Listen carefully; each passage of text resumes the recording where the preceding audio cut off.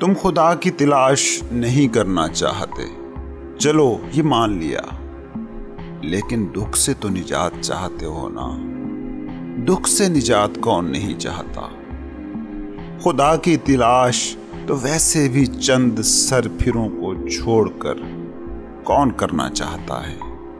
تمہاری دنیا تو بڑے سمجھداروں اور ذہین لوگوں پر مشتمل ہے، اور سمجھدار، ذہین، عملی لوگ ایسے جھنجھٹوں میں بھلا کہاں پڑتے ہیں؟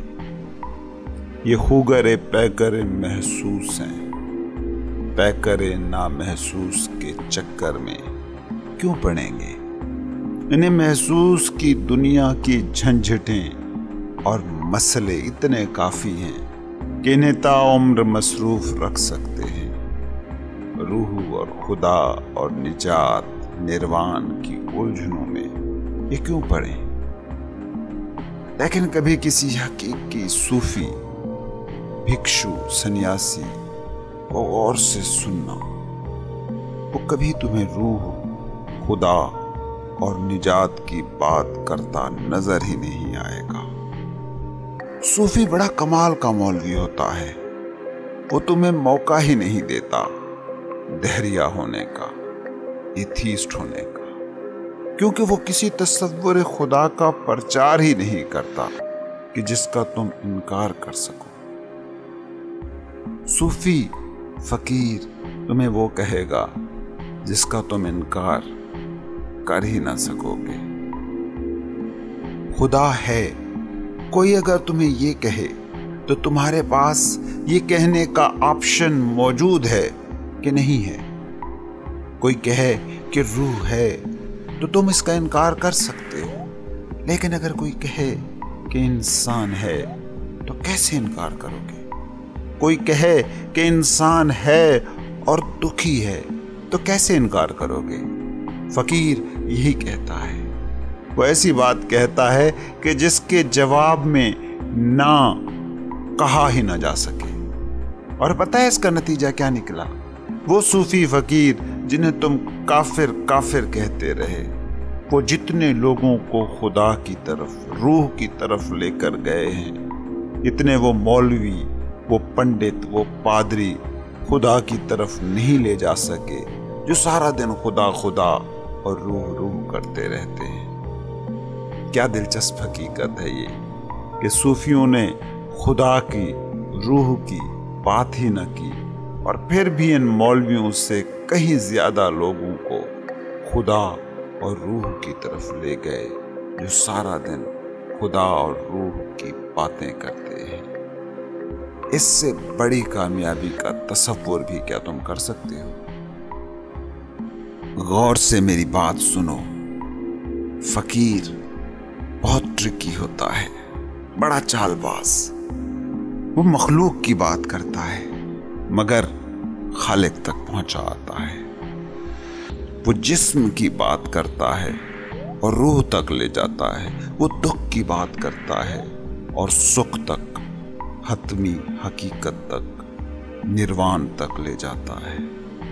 وہ سمجھتا، سمجھاتا تمہیں ہے، سلجھاتا تمہیں ہے، اور جب تم سلجھ جاتے ہو تو خدا خود بخود مل جاتا ہے۔ وہ تمہارے دکھ کا علاج کرتا ہے، اور جب دکھ مٹ جاتا ہے تو جو بچ جاتا ہے وہ اصل ہے، وہ حتمی سچ ہے۔ وہ بندھن کی بات کرتا رہا، نروان کی بات ہی نہ کی۔ اس بات کو سمجھو، فقیر بہت ذہین ہوتا ہے۔ وہ جانتا ہے کہ جو قید میں ہے اسے رہائی کے بعد کی دنیا کیسے دکھائی جا سکتی ہے۔ جو کنویں کا مینڈک ہے اسے سمندر سمجھایا بھی کیسے جا سکتا ہے۔ کنویں کا مینڈک کنویں کی پانی کی سرحدوں کو الٹیمیٹ حدیں مان کر بیٹھا ہے۔ اسے یہ بتاؤ گے کہ سمندر کے مقابلے میں تمہارا کنواں ایک قطرہ بھی نہیں، تو اس کا اپنی وسعتوں پر یقین ٹوٹے گا، اس کی زندگی کا ڈھانچہ بکھرے گا، اسے شرمندگی ہوگی۔ فقیر شرمندہ نہیں کرتا۔ فقیر بتاتا ہے کہ دیکھو، یہ تمہارے کنویں کا پانی اپنی گہرائی میں سمندروں سے ہی ملا ہوا ہے، وہ اسے اس کی محدودیتوں پر شرم نہیں دلاتا، بلکہ اسے دکھاتا ہے کہ یہ تمہاری محدودیتیں بھی کسی لامحدود سے متصل ہیں، جڑی ہوئی ہیں۔ وہ تمہیں قطرے ہونے کا دکھ نہیں بتاتا، بلکہ یہ بتاتا ہے کہ قطرہ بھی سمندروں سے اٹھا ہے۔ تم لوگ اتنی نسلوں سے، اتنی صدیوں سے اپنے دماغ کے بندی خانے کے قیدی ہو کہ تمہیں یہ خیال ہی نہیں رہا کہ اس قید خانے کے باہر بھی زندگی موجود ہے۔ پرندہ بہت عرصے تک قیدی رہے تو اسے اپنے پر بھول جاتے ہیں۔ فقیر یہ نہیں کہتا کہ تم قیدی ہو، فقیر کہتا ہے کہ یہ دیکھو تمہارے پر بھی ہے۔ کسی بہت عرصے تک قیدی پرندے کو تم پنجرے سے آزاد بھی کر دو تو وہ اڑ نہ سکے گا، کیونکہ اڑنے سے پہلے بھیتر میں یہ اعتماد چاہیے کہ وہ اڑنے والی مخلوق ہے۔ کبھی دیکھا کہ سالوں تک کوئی طوطا پنجرے میں رکھا جائے اور کسی دن مالک بھول جائے اور اس کے پنجرے کا دروازہ کھلا چھوڑ دے اور وہ پنجرے سے باہر آ جائے تو پھر بھی وہ اڑ نہیں سکتا؟ کیا ہوا؟ پر تو وہی ہیں جو اڑ رہے طوطے کے ہیں، مگر اڑ کیوں نہیں پا رہا؟ کیونکہ اڑنے کا بھروسہ کھو گیا ہے۔ اسے اس یاد کی بھی یاد نہیں رہ گئی کہ وہ بھی کبھی آسمانوں میں اڑتا تھا۔ وہ اڑانے جو کبھی طوطے کی حقیقت تھیں، ایک طویل قید نے ان حقیقتوں کو افواہوں میں بدل دیا ہے۔ اس بات کو سمجھو کہ جب بہت عرصے تک انسان قید میں رہے تو قید کی زندگی ہی اسے زندگی لگتی ہے۔ وہ قید سے باہر کسی زندگی کے تصور کو بھی تصور کرنے سے محروم ہو جاتا ہے۔ اور طوطا تو تھوڑے دن ہی قید میں رہا ہے، تم تو نسلوں سے، صدیوں سے اس قید میں ہو۔ تو فقیر کیا کرتا ہے؟ وہ نروان کی بات ہی نہیں کرتا، وہ نجات کی بحثیں ہی نہیں چھیڑتا، کیونکہ وہ تمہیں شرمندہ نہیں کرنا چاہتا۔ وہ نجات کی بات کر کے تمہیں انکار پر مجبور نہیں کرتا۔ دیکھتے نہیں ہو کہ تمہارے مبلغ جتنے زیادہ ہو رہے ہیں، خدا کا ذکر جتنا زیادہ ہونے لگا ہے، انکار کرنے والے بھی اسی تیزی، اسی شدت سے بڑھ رہے ہیں۔ کیوں؟ کیونکہ مولوی اور مبلغ انہیں شرمندہ کر رہا ہے، اور انسان کیا کوئی بھی مخلوق شرمندہ نہیں ہونا چاہتی۔ اس لیے کیا ہو رہا ہے کہ لوگ سیدھا سیدھا انکار کرنے پر تل گئے ہیں۔ خدا ہے ہی نہیں، روح ہے ہی نہیں، یہ بیان ٹاک آف دی ٹاؤن بن گیا ہے۔ کیوں؟ اس لیے نہیں کہ خدا نہیں ہے، روح نہیں ہے، بلکہ انسان شرمندگی پر اپنا ری ایکشن دے رہا ہے۔ اس بات کو سمجھو کہ جو انسان بہت عرصے تک جیل کی سلاخوں میں رہا ہو اور جسے عمر قید کی سزا ملی ہوئی ہو، وہ یہ ماننا شروع کر دیتا ہے کہ رہائی نام کی کوئی چیز ہے ہی نہیں۔ اب ایسا نہیں ہے کہ جیل کے باہر دنیا نہیں ہے، بلکہ یہ اس کی سیلف پروٹیکشن ہے۔ یہ ایک عجیب سی نفسیاتی الجھن ہے، کیونکہ کوئی قید میں ہو اور اسے یہ بھی پتا ہو کہ باہر دنیا ہے، رہائی بھی کسی چڑیا کا نام ہے، تو اب ساری ذمہ داری اس پر آ جاتی ہے۔ اب وہ سوال اٹھائے گا کہ اگر رہائی ہے تو میں قید کیوں ہوں؟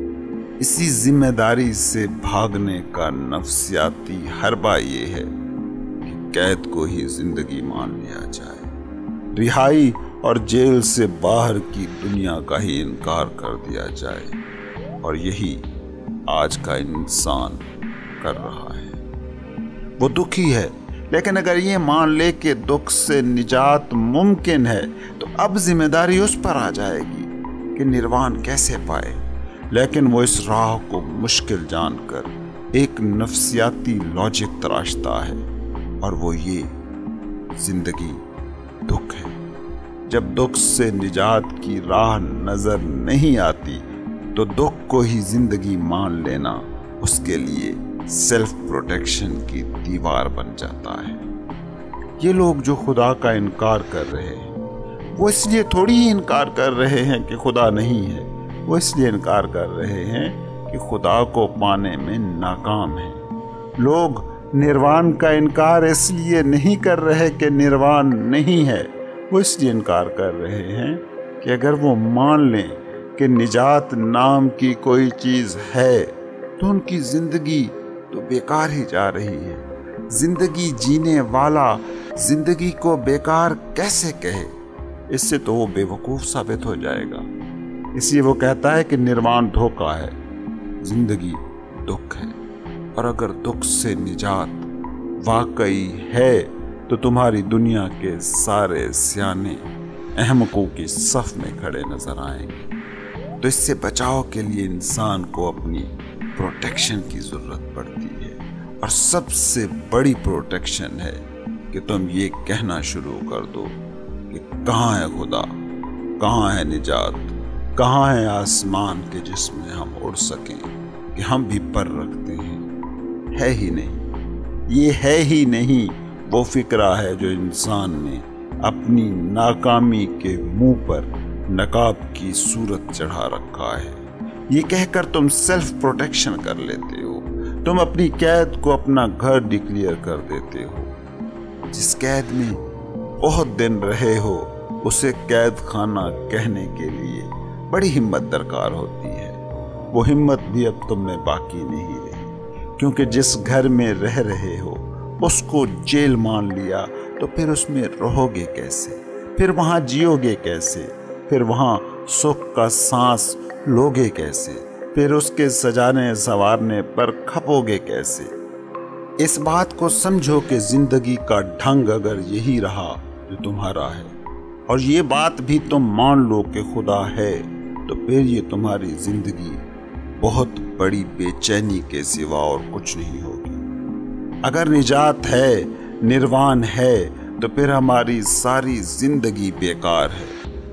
لوگ نروان کا انکار اسی لیے ہی تو کر رہے ہیں کہ اگر نجات ہے تو ہم تو صرف اپنے بندھنوں، رسیوں اور بیڑیوں کا ہی انتظام کرنے میں جٹے ہیں۔ ہم تو پھر احمق ہیں۔ فقیر کبھی یہ نہیں کہتا کہ خدا ہے، کبھی یہ نہیں کہتا کہ نروان ہے، کبھی یہ نہیں کہتا کہ نجات ہے۔ فقیر کہتا ہے کہ دکھی ہو، اب اس سے کون انکار کرے؟ یہ تو تمہاری زندگی کا سب سے بڑا سچ ہے کہ تم دکھی ہو، اور تم ایمانداری سے بتاؤ کہ کیا تمہیں اس زمین پر کوئی ایک ایسا آدمی ملے گا کہ جو دکھی ہو اور دکھ سے نجات نہ چاہتا ہو، جو بیمار ہو اور صحت نہ چاہتا ہو، جو غریب ہو اور دولت نہ چاہتا ہو؟ مذہب جس نجات کی بات کرتا ہے، جس جنت کی بات کرتا ہے، وہ کوئی نہ پانا چاہتا ہو، مگر دکھ سے نجات کون نہیں چاہتا؟ فقیر کہتا ہے کہ میں مولوی نہیں ہوں، معالج ہوں۔ تم دکھی ہو، زندگی کا کانٹا تمہیں چبھا ہے، میں اس کا علاج کر سکتا ہوں۔ لاؤ میں تمہارا کانٹا نکال دوں، آؤ میں تمہارا دکھ مٹا دوں۔ اب ایسے آدمی کو تم کیسے انکار کرو گے؟ یہ کہہ ہی نہیں رہا کہ میں پیر ہوں، میں رہبر ہوں، میں لیڈر ہوں، میں تمہارے مسئلے حل کر دوں گا، میں تمہاری معیشت کو ٹھیک کر دوں گا، میں تمہاری سیاست کو ٹھیک کر دوں گا۔ یہ تو کہہ رہا ہے میں ڈاکٹر ہوں۔ اور تمہیں پتا ہے کہ ان فقیروں پر لوگ بھروسہ کیوں کرتے آئے ہیں؟ چاہے وہ اس سے علاج نہ بھی کرائیں تو پھر بھی اس پر اعتماد کر لیتے ہیں۔ کیوں؟ کیونکہ وہ جو کہہ رہا ہے وہی اس کی زندگی ہے۔ وہ دکھ سے آزاد ہے، زندگی اس کے لیے دکھ نہیں ہے۔ اس کی زندگی میں سکون ہے جو سب کو نظر آتا ہے۔ اس کے پاس اصل کیمیا ہے، اس کا ہونا بتا رہا ہے کہ سکون ممکن ہے۔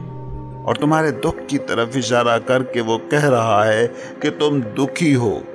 کوئی خود دکھ سے آزاد نہ ہو اور کسی اور کے دکھ کی بات کرے تو لوگ اس کو چاہے اہم شخص مان کر چپ بیٹھے رہیں، مگر اس پر اعتماد نہیں کر پاتے۔ لیکن جب فقیر اشارہ کرتا ہے کہ تم دکھی ہو، وہ چاہے اس کا انکار کرتے رہیں، مگر ایک بھروسہ ایک اعتماد اس پر ہمیشہ رہتا ہے، کیونکہ دکھ سے آزاد زندگی کا وہ خود جیتا جاگتا ثبوت ہے۔ فقیر کہتا ہے کہ دکھ کی وجہ ہوتی ہے اور اس وجہ کے خاتمے کا اختیار تمہارے پاس ہے۔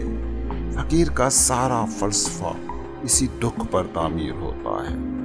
وہ لوگوں کو کہتا ہے کہ دیکھو، دکھ ہے، دکھ کی وجہ ہے اور اس وجہ کے خاتمے کے حل موجود ہیں، اور دکھ سے نجات کا آپشن تم لوگوں کے پاس ہے۔ کوئی غریب ہو اور وہ تمہیں امیر ہونے کے نسخے بتائے تو تم کیا کہو گے؟ یہی نا کہ پہلے خود تو امیر ہو جا۔ کوئی بیمار ہو اور تمہیں صحت کے ٹوٹکے بتائے تو کیا کہو گے؟ یہی نا کہ پہلے خود تو صحت پا لے۔ لیکن فقیر کو تم یہ نہ کہہ سکو گے۔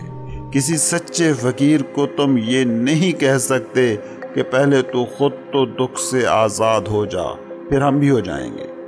وہ فقیر ہوگا تو دکھ سے آزاد ہوگا اور تمہیں نظر بھی آ رہا ہوگا۔ اسے دیکھو گے تو یہ سوال کر ہی نہ سکو گے، اور تم خود بھی اس کے سامنے یہ نہیں کہہ سکو گے کہ میں دکھی نہیں ہوں۔ کس منہ سے کہو گے؟ فقیر یہ جانتا ہے کہ جس دن تمہارا دکھ فنا ہو جائے گا، آنکھ سے انائی دنیا کا غلاف گر جائے گا، کیونکہ دکھ انا کی دنیا کی ہی چیز ہے۔ تمہاری بینگ، تمہاری ایگزسٹنس کا دکھ سے کوئی لینا دینا ہے ہی نہیں۔ دکھ نہ بھوک ہے نہ بیماری ہے، دکھ دماغ کی انٹرپریٹیشن ہے جو واقعات و حادثات کے حوالے سے مائنڈ کر رہا ہے۔ انا کے نقاب سے نیچے موجود حقیقی تم تک پہنچنا ہی تو بیداری ہے، اور فقیر اور کچھ نہیں کرتا، اسی نقاب کو پھاڑ دیتا ہے۔ اس دن تم دیکھ لو گے کہ نجات ہے، نروان ہے، خدا، نجات، روح، یہ دیکھنے والی چیزیں ہیں، سمجھنے والی نہیں، کیونکہ سمجھنا is act of mind، اور mind in its basic nature خود نقاب ہے۔ اسی لیے فقیر خدا، روح اور نروان کی بات نہیں کرتے، کیونکہ یہ بات کرنا بڑی خطرناک ہے، کیونکہ اکثر لوگ باتوں میں ہی کھو جاتے ہیں۔ تم غور سے دنیا کے اکثر مذہبیوں کو دیکھو، یہ بات کے ہی مذہبی ہیں، بات چیت ہی کرتے رہتے ہیں، یہ سارا دن خدا، جنت، جہنم کی بات کریں گے، مگر مذہب کا ان کی زندگی کے تجربے سے کوئی بھی لینا دینا نہیں ہے۔ غور کرو، تمہاری دنیا میں خدا بحث کا ایک ٹاپک ہے اور کچھ نہیں۔ لوگ مذہبی کتابوں کی تشریحات میں الجھے ہیں، بال کی کھال اتارتے رہتے ہیں۔ اس سے بھی انا کو بڑی طاقت ملتی ہے۔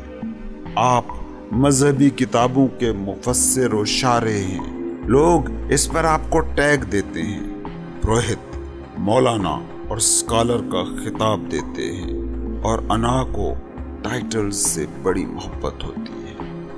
فقیر تم کو کتابوں کی تشریحات میں نہیں ڈالے گا، وہ تو سیدھا سیدھا کہتا ہے یہ تم ہو، تم دکھی ہو، اس دکھ کی وجہ ہے، اس وجہ کا علاج ہو سکتا ہے۔ فقیر کہتا ہے تم زندگی میں جستجویں کرتے رہے ہو، کرتے رہو گے، یہ جس طرف میں بلا رہا ہوں ادھر آ کے دیکھو، جی کے دیکھو، بھوگ کے دیکھو، کچھ نہ ملے تو وہ دنیا تو ہے ہی جس سے تم میرے پاس آئے ہو، لوٹ جانا، تھوڑا سا کنویں سے باہر نکل کے دیکھو، جیل سے باہر آ کے دیکھو، مزہ نہ آئے تو واپس لوٹ جانا، جیل بھی موجود ہے، کنواں بھی موجود ہے، تھوڑے تو پر پھڑ پھڑانے کی کوشش کرو، اڑنے کی ایک آدھ ٹرائی تو کرو، اڑنا ناممکن لگے تو لوٹ جانا اسی طوطے کی طرح جو اڑنا بھول چکا ہو، اور نئے سرے سے اڑنے کے فن سیکھنے کی بھی جس میں ہمت نہ رہی ہو۔ ڈرتے کیوں ہو؟ فلک نہ چھو سکے تو واپس آ جانا، زمین کا پاتال، کشش ثقل کی قید تو ہے ہی موجود، واپس لوٹ آنا۔ فقیر انکوائری دیتا ہے، اندھا یقین نہیں۔ فقیر بس اتنا کہتا ہے کہ بیٹھے بیٹھے کچھ نہ ہوگا، کچھ تو قدم چل کر دیکھو اس رستے پر،